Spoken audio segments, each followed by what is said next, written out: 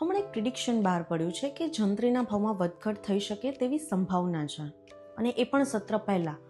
એટલે but obvious છે, જો જંત્રીના ભાવમાં વધઘટ થશે અને એમાં પણ જો વધારો થયો તો નાના માણસથી લઈને બિલ્ડર સુધી બધાને જ ઇફેક્ટ થવાની છે. કારણ કે સરકારે પહેલાં દંડો માર્યો, પછી મલમ લગાવ્યો, અને હવે સરકાર શું લઈને આવી રહી છે એ જોવાનું છે.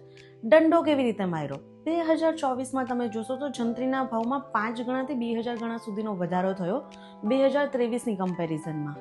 એટલે ગવર્મેન્ટે એ વખતે જ્યારે જંત્રીના ભાવમાં વધારો કર્યો ત્યારે ખૂબ જ હોબાળો મચી ગયો હતો, ખૂબ જ વિરોધ કરવામાં આવ્યો હતો. એટલે ગવર્મેન્ટને થયું કે આ દંડો થોડો જોરથી વાગી ગયો છે, એટલે હવે આ દંડા ઉપર આપણે મલમ લગાવવો જ પડશે. એટલે ગવર્મેન્ટ ફેબ્રુઆરી 2025માં મલમ લઈને આવી રેપો રેટનો. રેપો રેટ 6.25 હતો ફેબ્રુઆરી 2025માં.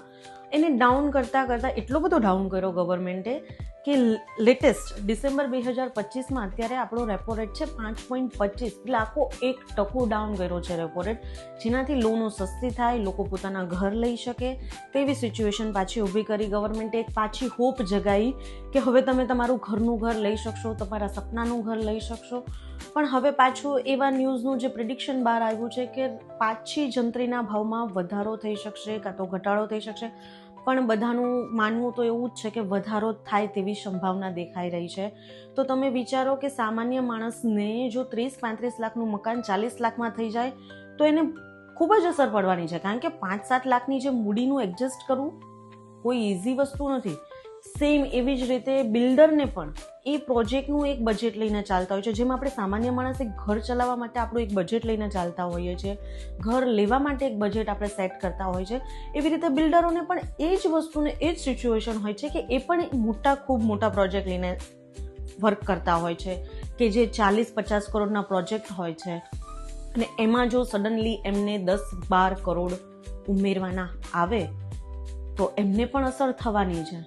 તો સરકાર શું કરી રહી છે? એક બાજુથી તમે મિલકત ભારે કરો છો અને EMI હળવા કરો છો, એક બાજુથી તમે હોપ જગાવો છો કે તમે પ્રોપર્ટી લઈ શકશો, તો બીજી બાજુથી તમે ખિસ્સા ખાલી કરો તેવી સિચ્યુએશન અત્યારે જોઈ શકીએ છીએ આપણે કે હવે જો આ જંત્રીના ભાવમાં વધારો આવશે તો શું થશે? સામાન્ય માણસના સપનાઓ જે ઘર લેવાના છે એની સામે એક જંગ છેડાઈ જાય, પોતાના જ સપના સાથે એક જંગ છેડાય તેવી સિચ્યુએશન થાય જો આ જંત્રીના ભાવમાં વધારો આવ્યો તો. અને બિલ્ડરોને પણ એ જ પ્રોબ્લેમ થવાની છે કે જે એક બજેટ લઈને ચાલતા હોય છે, જે એક પ્રોજેક્ટનું કેલ્ક્યુલેશન કરીને ચાલતા હોય છે, જે અંડર કન્સ્ટ્રક્શન પ્રોજેક્ટ છે કે જેનું પરમિશન આવી ગઈ છે, એને હવે વર્ક કરવાનું છે, એ બજેટ એમનું પણ ખોરવાશે, એમને પણ ઇફેક્ટ આવશે. તો આ જે જંત્રીની ઇફેક્ટ છે એ સામાન્ય માણસથી લઈને બિલ્ડર લોબી બધાને ઇફેક્ટ થાય એવું છે. તો સરકાર શું આમાં નિર્ણય લઈને આવે છે એમની વૈજ્ઞાનિક પદ્ધતિએથી જે હવે જાણવામાં આવી રહ્યું છે કે ભાઈ સત્ર પહેલાં આ વસ્તુનો નિર્ણય આવી શકે એમ છે. તો જોઈએ ગવર્મેન્ટ હવે દંડો લાવે છે કે આપણા માટે મલમ લાવે છે, તે જોવાનું રહ્યું.